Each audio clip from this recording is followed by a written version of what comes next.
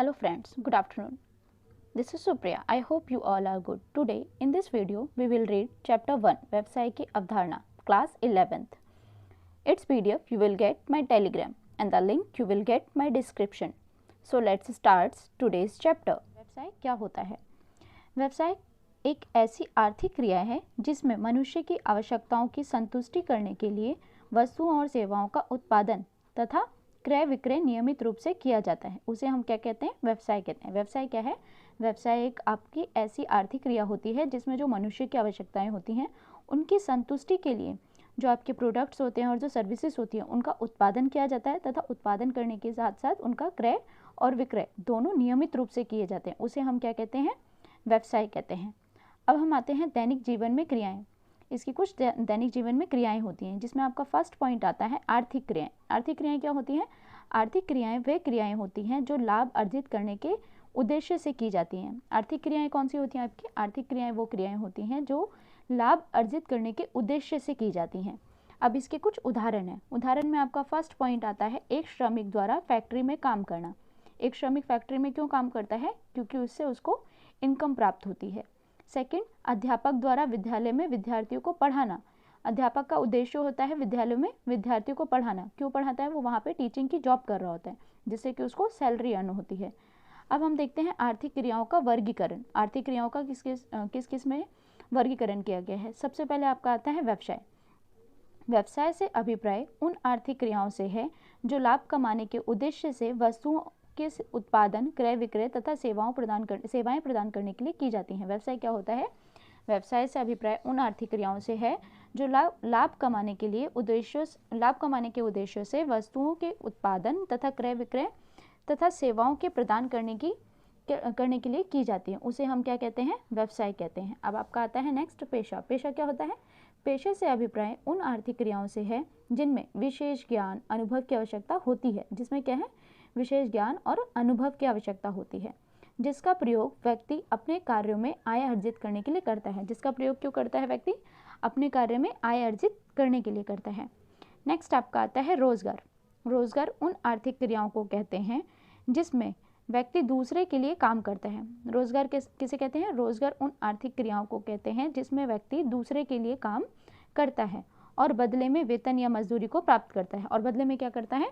वेतन या फिर मजदूरी को प्राप्त करता है।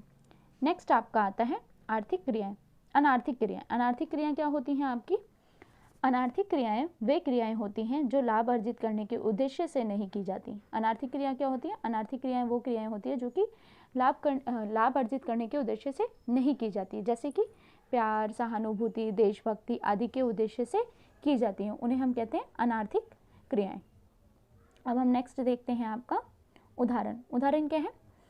पुत्र द्वारा अपने माता पिता की सेवा करना। पुत्र द्वारा क्या करना? अपने माता पिता की सेवा करना। सेकंड, माँ द्वारा अपने बच्चे को पढ़ाना। दोनों में ही क्या है? दोनों ये क्या है? अनार्थिक क्रियाएं, क्योंकि दोनों में क्या है? प्यार की भावना है। दोनों ही जो है लाभ अर्जित करने के उद्देश्य से नहीं की जा रही हैं। अब हम देखते हैं व्यावसायिक क्रियाओं की कुछ विशेषताएं। व्यावसायिक क्रियाओं की कुछ विशेषताएं होती हैं जिसमें आपका फर्स्ट पॉइंट आता है सभी व्यावसायिक क्रियाएं आर्थिक क्रियाएं होती हैं। सभी व्यावसायिक क्रियाएं कैसी क्रियाएं होती हैं? आर्थिक क्रियाएं होती हैं, क्योंकि ये लाभ कमाने के उद्देश्य से की जाती हैं। क्योंकि क्या है? ये लाभ कमाने के उद्देश्य से की जाती हैं। नेक्स्ट, व्यावसायिक क्रियाएं मानवीय आवश्यकताओं की संतुष्टि के लिए की जाती हैं। व्यावसायिक क्रिया किस लिए की जाती है? मानवीय आवश्यकताओं की जो संतुष्टि होती है उनके लिए की जाती है। प्रत्येक व्यावसायिक इकाइयां वस्तुओं का उत्पादन तथा क्रय विक्रय द्वारा मानवीय आवश्यकताओं को पूरा करती हैं। प्रत्येक व्यावसायिक इकाइयां क्या करती हैं? वस्तुओं का उत्पादन तथा क्रय विक्रय द्वारा मानवीय आवश्यकताओं को पूरा करती हैं। नेक्स्ट, व्यवसाय की मुख्य विशेषता लाभ अर्जित करना होता है। व्यवसाय की मुख्य विशेषता क्या होती है? लाभ को अर्जित करना। प्रत्येक व्यावसायिक क्रियाएं लाभ कमाने के उद्देश्य से की जाती हैं। प्रत्येक व्यावसायिक क्रिया किस लिए की जाती है? लाभ कमाने के उद्देश्य से की जाती हैं, क्योंकि लाभ व्यवसाय की आय का स्रोत होता है। क्योंकि लाभ क्या होता है? व्यवसाय की आय का एक स्रोत होता है। व्यवसाय में यह निश्चित नहीं होता कि लाभ कितना होगा। व्यवसाय में क्या होता है? ये निश्चित नहीं होता है कि लाभ कितना होगा। व्यवसायिक क्रियाएं करते समय यह ज्ञात नहीं होता कि लाभ कब होगा। व्यवसाय की क्रिया जब हम करते हैं तब हमें यह ज्ञात नहीं होता कि लाभ आपको कब होगा, कितना होगा, लाभ होगा या हानि होगा, अतः लाभ अर्जित करने की अवधि अनिश्चित होती है।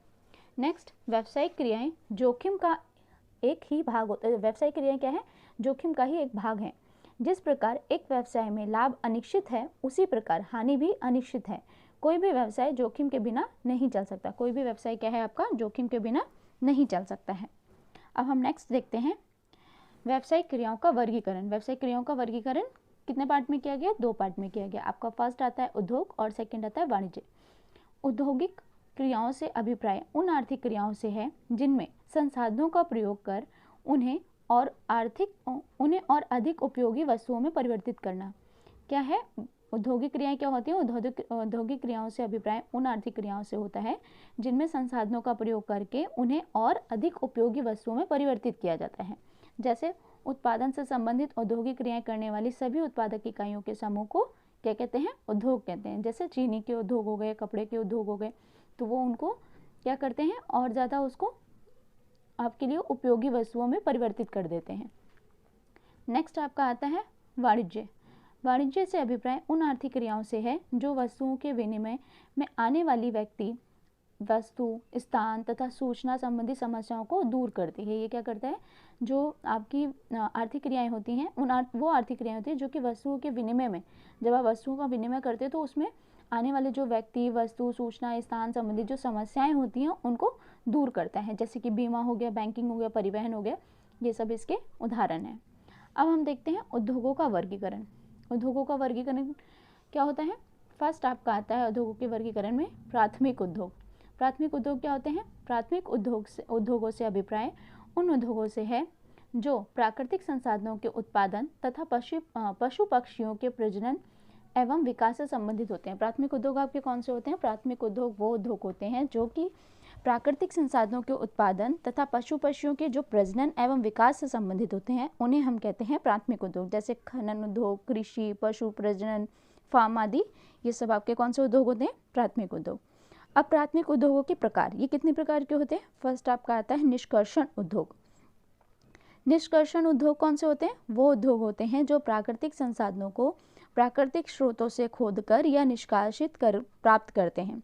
क्या करते हैं? प्राकृतिक स्रोतों से खोदकर या निष्कासित करके प्राप्त किए जाते हैं, उन्हें हम कहते हैं निष्कर्षण उद्योग। ये उद्योग द्वितीय तथा तृतीयक उद्योगों को कच्चा माल प्रदान करते हैं। ये उद्योग क्या करते हैं? जो आपका दूसरा उद्योग होता है, द्वितीयक और तृतीयक, उन दोनों उद्योगों को कच्चा माल प्रदान करते हैं। जैसे कि क्या? खनन, खाद उद्योग, खेती करना आदि, ये सब आपके उदाहरण है। नेक्स्ट आपका आता है जननिक उद्योग। जननिक उद्योग कौन से होते हैं? जननिक उद्योग वो उद्योग होते हैं जैसे कि जो पशु पक्षियों के प्रजनन और पालन पोषण तथा वनस्पति उत्पादन से संबंधित होते हैं। जो क्या होते हैं? पशु पक्षियों के प्रजनन और पालन पोषण तथा वनस्पति उत्पादन से संबंधित होते हैं, उन्हें हम कहते हैं जननिक उद्योग। जैसे पशु प्रजनन, फार्म, मछली पालन, मुर्गी पालन आदि, ये सब क्या हैं? आपके जननिक उद्योग होते हैं। अब हम नेक्स्ट पढ़ते हैं आपका द्वितीयक उद्योग। द्वितीयक उद्योग क्या होता है? द्वितीयक उद्योगों से अभिप्राय उन उद्योगों से है जिसमें प्राथमिक उद्योगों द्वारा प्राप्त उत्पादों को कच्चे माल के रूप में प्रयोग कर उसे और अधिक उपयोगी वस्तुओं में परिवर्तित किया जाता है। आपके द्वितीयक उद्योग कौन से होते हैं? द्वितीयक उद्योग वो उद्योग होते हैं जो कि जिसमें प्राथमिक उद्योगों द्वारा जो प्राप्त होता है, आपके कच्चे माल जो प्राप्त होते हैं, उसका यूज़ करके उसको और अधिक उपयोगी वस्तुओं में कन्वर्टेड करना, उसे हम क्या कहते हैं? द्वितीयक उद्योग कहते हैं। जैसे कि सीमेंट उद्योग हो गया, कपड़ा उद्योग हो गया, चीनी उद्योग हो गया, ये सब आपके द्वितीयक उद्योग में आते हैं।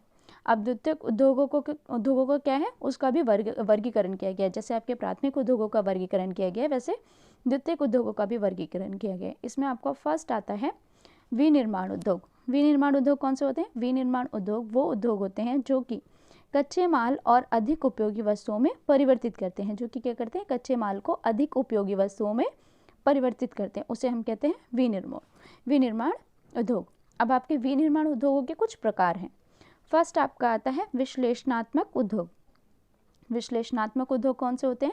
विश्लेषणात्मक उद्योग वे उद्योग होते हैं जो एक ही उत्पाद को उनकी विशेषताओं के आधार पर पृथकीकरण कर नए उत्पादकों को प्राप्त करते हैं। क्या करते हैं? विश्लेषणात्मक उद्योग क्या करते हैं? एक ही उत्पाद को उनकी विशेषताओं के आधार पर उनका पृथकीकरण करते हैं और करने के बाद में उनको नए उत्पादों को प्राप्त करते हैं, जैसे तेल शोधक कारखाने आदि। ये सब क्या है, आपके विश्लेषणात्मक उद्योग हैं।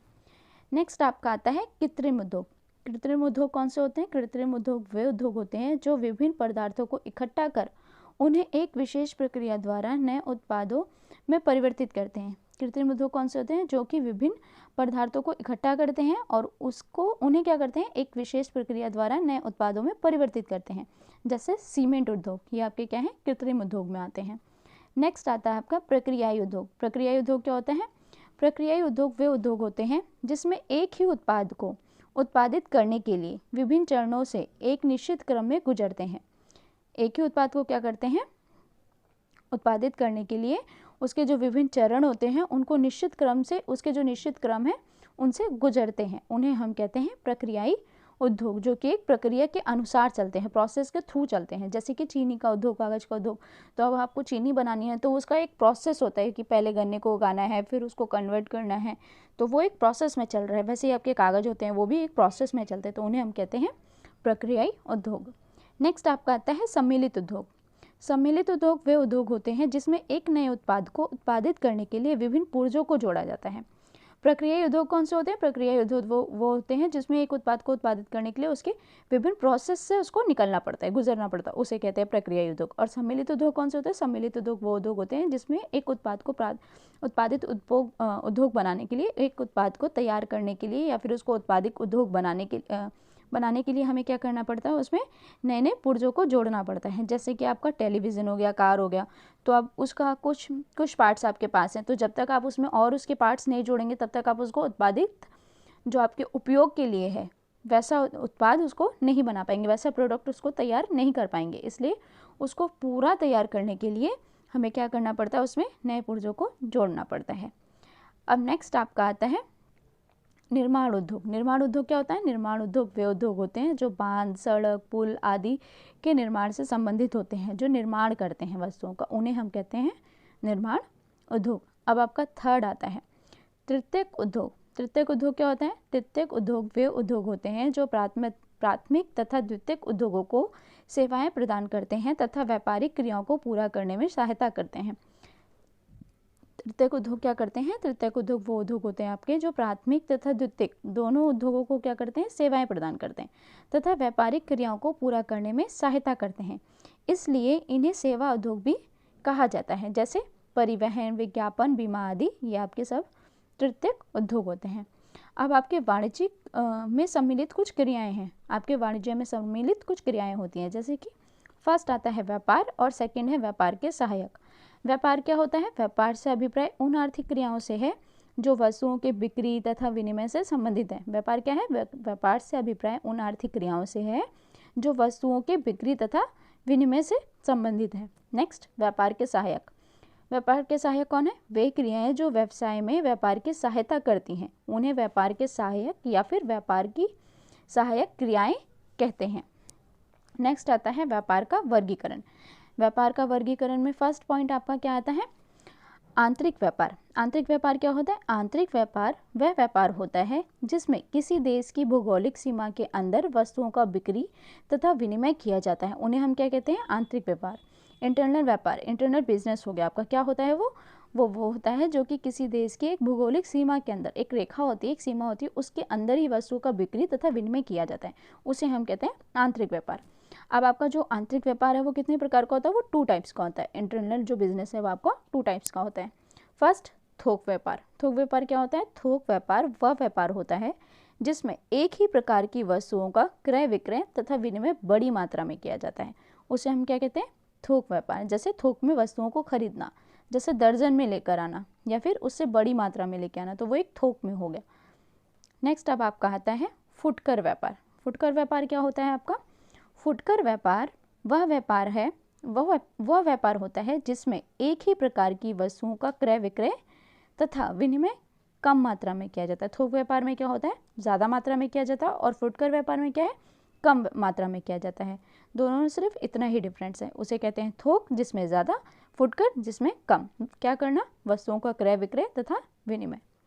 अब हम थर्ड देखते हैं बाहरी व्यापार। बाहरी व्यापार क्या होता है? बाहरी व्यापार वह व्यापार होता है जो दो या दो से अधिक देशों के बीच किया जाता है उसे हम बाह्य व्यापार कहते हैं। बाह्य व्यापार क्या होता है? वो व्यापार होता है इंटरनल और एक्सटर्नल। इंटरनल क्या होता है? एक देश की सीमा के अंदर करना। एक्सटर्नल क्या होता है? एक्सटर्नल वो होता है जो दो या दो से अधिक देशों के बीच में किया जाता है, उसे एक्सटर्नल बोलते हैं। अब आपके एक्सटर्नल व्यापार कितने प्रकार के होते हैं? ये 3 प्रकार के होते हैं। पहला आयात व्यापार, दूसरा निर्यात व्यापार और तीसरा पुनर्निर्यात व्यापार। फर्स्ट क्या है? आयात व्यापार। आयात व्यापार क्या होता है? आयात व्यापार वह व्यापार होता है जिसमें दूसरे देशों से वस्तुओं को खरीदा जाता है तथा उसे आयात व्यापार कहते हैं। जिसमें क्या होता है? दूसरे देशों से वस्तुओं को खरीदा जाता है, उसे हम कहते हैं आयात व्यापार। अब निर्यात व्यापार क्या होता है? निर्यात व्यापार वह व्यापार होता है जिसमें दूसरे देशों में वस्तुओं को बेचा जाता है। आयात मतलब वस्तुओं को खरीदना और निर्यात मतलब दूसरे देशों में वस्तुओं को बेचना। आयात में दूसरे देशों से खरीदना और निर्यात में दूसरे देशों को बेचना, दोनों में यही डिफरेंट वस्तुओं को। नेक्स्ट आपका आता है पुनर्निर्यात व्यापार। ये क्या होता है? पुनर्निर्यात व्यापार वह व्यापार होता है जिसमें एक देश से वस्तुओं को खरीद कर उसे दूसरे देश में बेचा जाता है, उसे हम कहते हैं पुनर्निर्यात व्यापार। एक देश से खरीद कर दूसरे देश में बेचना। दूसरे शब्दों में पुनर्निर्यात व्यापार वह व्यापार होता है जिसमें एक देश से वस्तुओं का आयात कर दूसरे देशों में उनका क्या करना? निर्यात करना। एक देश से आपको परचेज करना है और दूसरे देश को उसे सेल करना है, उसे हम कहते हैं पुनर्निर्यात व्यापार। अब हम देखते हैं व्यापार के सहायक। व्यापार के सहायक कौन कौन से होते हैं आपके? फर्स्ट होता है आपका वे क्रियाएं जो व्यवसाय में व्यापार की सहायता करती हैं उन्हें व्यापार की सहायक या फिर व्यापार की सहायक क्रियाएं कहते हैं। व्यापार के सहायक कौन होता है? या तो कुछ क्रियाएं हो गई, जो क्रियाएं हमको व्यापार में सहायता करती हैं उन्हें हम व्यापार की सहायक क्रिया भी कह सकते हैं या फिर व्यापार के सहायक भी कह सकते हैं। दूसरे शब्दों में वे क्रियाएं जो व्यवसाय में सहायक की भूमिका निभाती हैं उन्हें व्यापार की सहायक क्रियाएं कहते हैं। जैसे आपका परिवहन हो गया, बैंकिंग हो गया, बीमा हो गया, विज्ञापन हो गया, ये सब क्या है? इसके एग्जाम्पल हैं। नेक्स्ट, व्यापार की सहायक क्रियाएं व्यापार का अनिवार्य अंग है। व्यापार की सहायक क्रियाएं क्या होती हैं? व्यापार का अनिवार्य अंग होती हैं। ये क्रियाएं वस्तुओं के उत्पादन तथा विनिमय में आने वाली समस्याओं को दूर करने में सहायता करती हैं। ये क्रियाएं क्या करती हैं? व्यापार में जो वस्तुओं के उत्पादन तथा विनिमय में जो समस्याएं आती हैं उनको दूर करने में सहायता करती हैं। अब हम नेक्स्ट देखते हैं व्यापार के सहायक क्रियाओं का वर्गीकरण। व्यापार के सहायक क्रियाओं का वर्गीकरण कितने पार्टों में किया गया?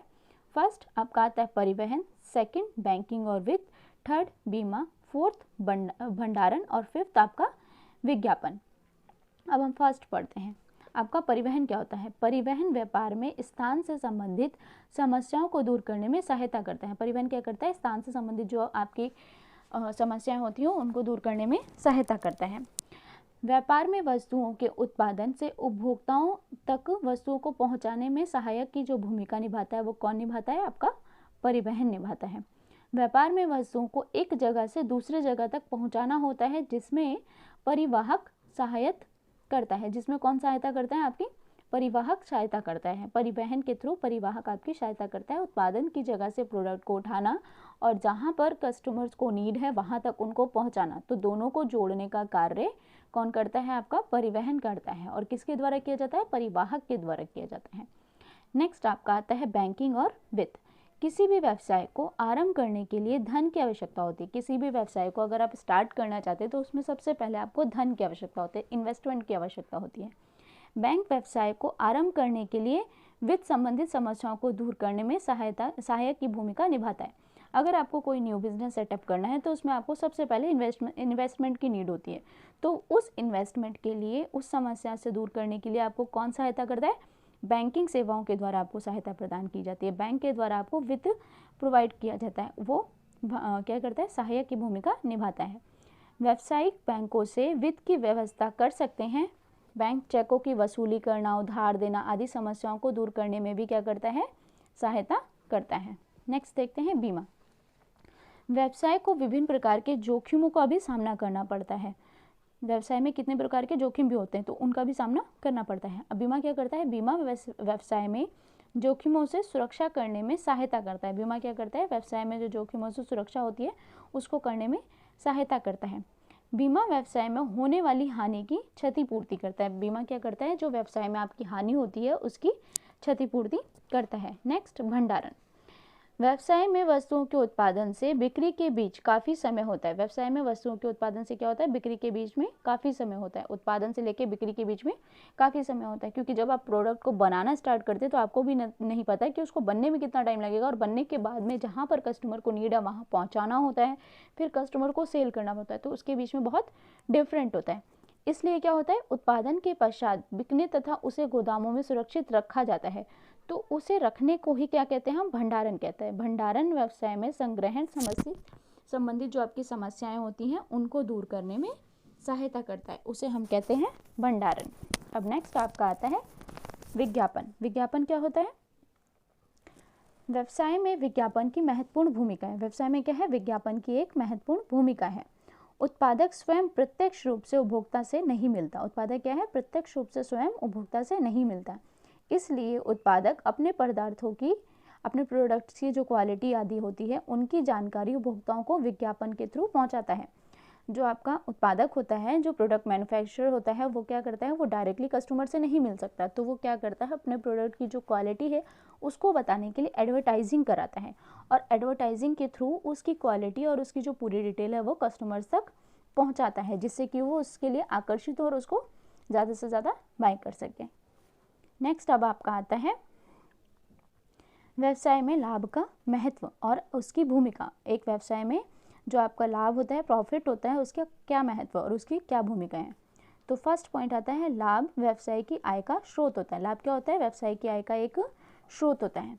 लाभ व्यवसाय की वृद्धि का प्रतीक होता है। लाभ क्या होता है, व्यवसाय की वृद्धि करने का एक प्रतीक होता है कि आपके व्यवसाय में वृद्धि हो रही है, आपके प्रॉफिट बढ़ रहे हैं। नेक्स्ट, व्यवसाय लाभ व्यवसाय के अच्छे तथा कुशल प्रबंधन के लिए भी आवश्यक होता है। लाभ क्या होता है, व्यवसाय के अच्छे तथा कुशल प्रबंधन के लिए भी आवश्यक होता है।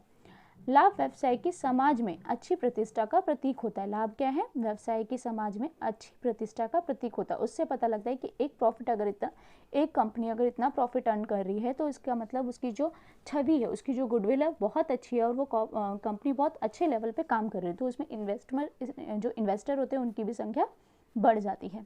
नेक्स्ट, लाभ व्यवसाय के विकास एवं फैलाव के लिए आवश्यक होता है। लाभ क्या है, व्यवसाय का विकास करना है अगर, और उसका फैलाव करना, उसको और बड़ा करना है, उसका डेवलपमेंट करना है, तो उसके लिए बहुत आवश्यक होता है।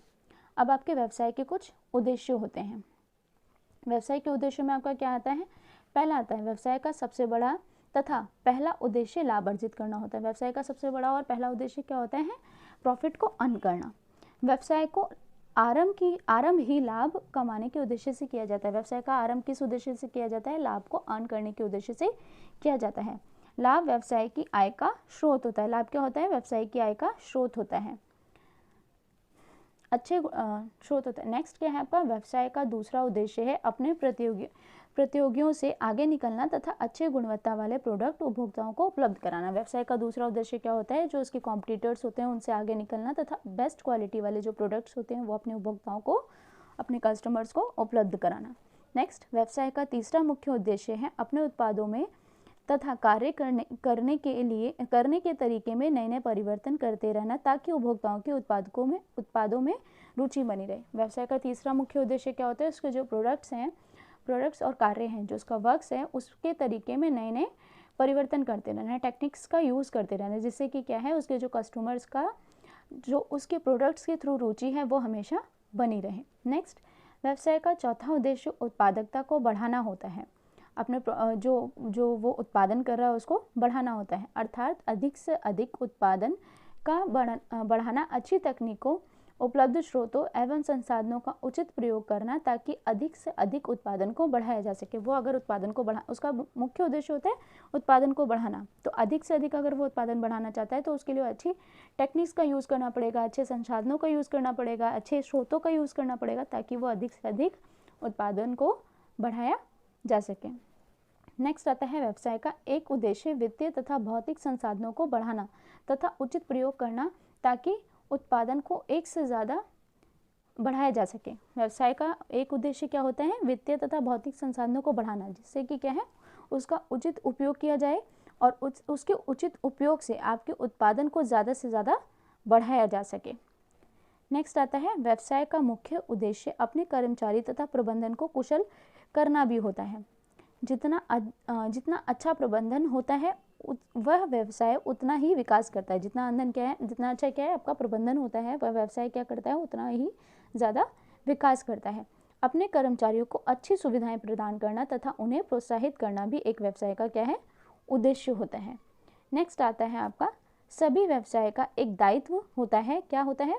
वो समाज के प्रति होता है। उसका समाज के प्रति एक दायित्व होता है कि वह समाज में अच्छी गुणवत्ता वाले तथा उत्पाद उपलब्ध कराए और सामाजिक कार्य करे।